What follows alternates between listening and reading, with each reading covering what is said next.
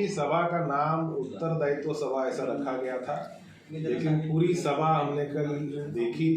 सभा के अंदर नेताओं के भाषण भी सुने और सारे नेता जवाब दे रहे थे। वास्तविक हमने उनसे पूछा भी नहीं कि आपने ये इतना बड़ा कदम क्यों उठाया, लेकिन पवार साहब पूरे महाराष्ट्र में घूम रहे हैं। पवार साहब के संदर्भ में भूमिका, उन्होंने अपनी भूमिका, पॉलिटिकल भूमिका रखी है और जो नेता 2 जुलाई को शपथ ग्रहण कर चुके हैं उनका मन शायद उनको खा रहा होगा या उनके अंतर्मन की आवाज़ आ रही होगी और इसलिए जनता में अपनी भूमिका को जस्टिफाई करने के माध्यम से बार बार वो उत्तर दे रहे हैं। सर, अजीत पवार कहते हैं कि परमानेंट शत्रु और दोस्त कोई राजनीति में नहीं होता और महाराष्ट्र की जनता के लिए मैंने ये कदम उठाया है।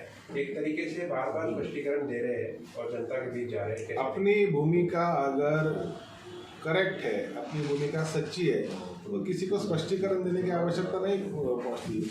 अपने चचा के नेतृत्व में उन्होंने राजनीति सीखी। पिछले 50-55 साल का पवार साहब का राजनीतिक कार्यकाल रहा है और ये कार्यकाल विकास का रहा है, ये कार्यकाल सर्वसमावेशक रहा है, ये कार्यकाल धर्मनिरपेक्षता का रहा है, ये कार्यकाल कृषि उद्योग का रहा है, ये कार्यकाल साइंटिफिक एडवांसमेंट का रहा है। और मुझे लगता है कि इतना एक विकासोन्मुख कार्यकाल पवार साहब का देखने के बाद अब उनको मोदी साहब क्यों युग पुरुष नजर आ रहे हैं, ये मुझे प्रश्न अभी तक नहीं समझ में आया।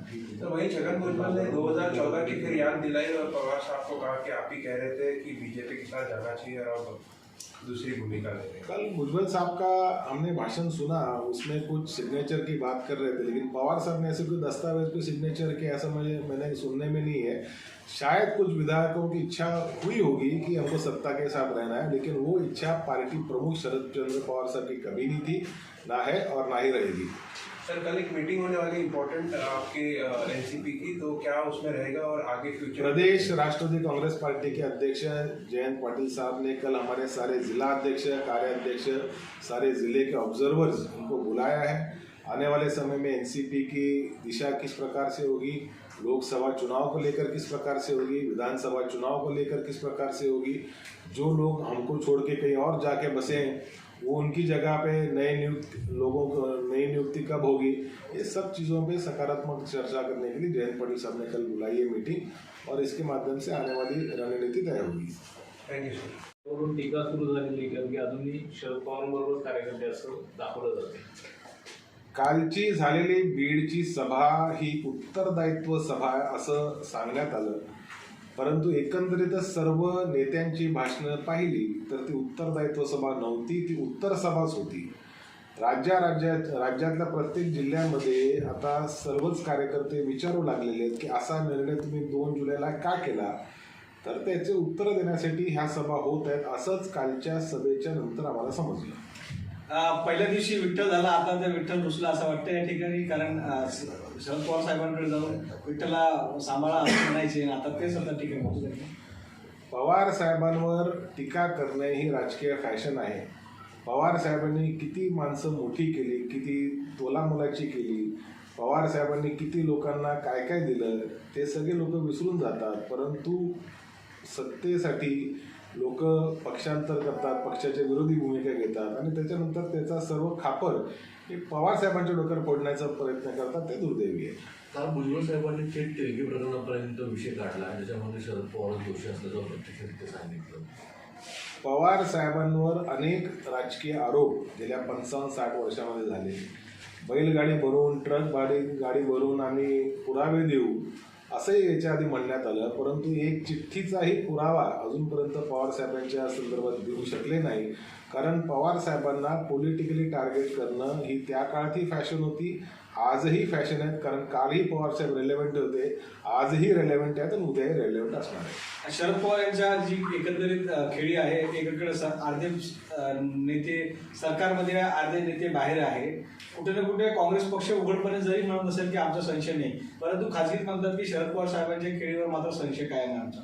पवार साहेब हे UPAचे नेते आहेत, महाविकास आघाडीचे नेते आहेत आणि इंडिया अलायन्सचे देखील नेते आहेत। त्याच्यामुळे पवार साहेबांच्या भूमिकेबद्दल संशय घेण्याचं काही कारण नाही.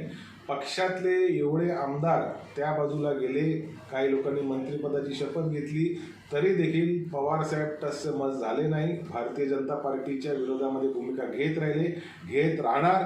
उद्याच्या 2024च्या निवडणुकीला देखील इंडिया अलायन्स सोबत राहणार, उद्धव बाळासाहेबांच्या शिवसेनेसोबत राहणार, काँग्रेस पक्षासोबत राहणार आणि समविचारी पक्ष ज्यांचा आधार धर्मनिरपेक्षता आहे, लोकशाही आहे, अशा पक्षांसोबत आम्ही राहणार.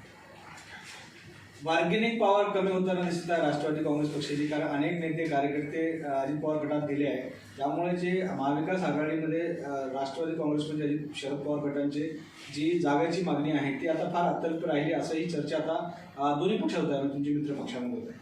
शिवसेना आणि राष्ट्रवादी काँग्रेस पार्टी ह्या दोन्ही पक्षामध्ये नवीन नेतृत्वाची संधी उपलब्ध झालेली आहे. त्याच्यामुळे जर दोन्ही पक्षाच्या नेत्यांच्या सभा पाहिल्या, काल उद्धव साहेबांची आम्ही सभा पाहिली, परवा कोल्हापूरमध्ये पवार साहेबांची पाहिली आणि येणाऱ्या काळामध्ये देखील आमच्या ज्या सभा ठरलेल्या आहेत त्याच्यामध्ये उत्स्फूर्त प्रतिसाद देणारा जो कुठला वर्ग असेल तो तरुणांचा आहे.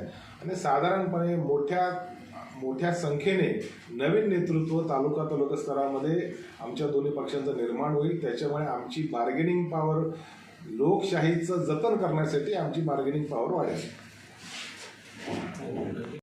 एक उद्या जी बैठक होतीये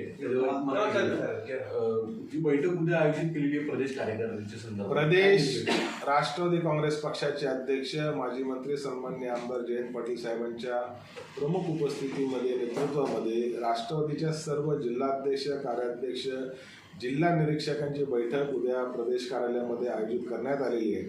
आणि या बैठकीच्या माध्यमातून राज्यस्तरामध्ये जो आमचा पक्ष आहे त्याचा आम्ही आढावा घेणार आहोत. आगामी काळामध्ये लोकसभेच्या निवडणुकी असतील, त्याच्या संदर्भातली बूथ बांधणी असेल, जिल्ह्यामध्ये काही वेगळी समीकरणं निर्माण झाली असेल, त्याच्या संदर्भातली काही लोकांच्या एकंदरीतच कामाची आखणी असेल, या सर्व गोष्टीवर सकारात्मक चर्चा होणार. येणाऱ्या काळामध्ये पक्षाची दिशा ही जयंत पाटील साहेब ठरवतील.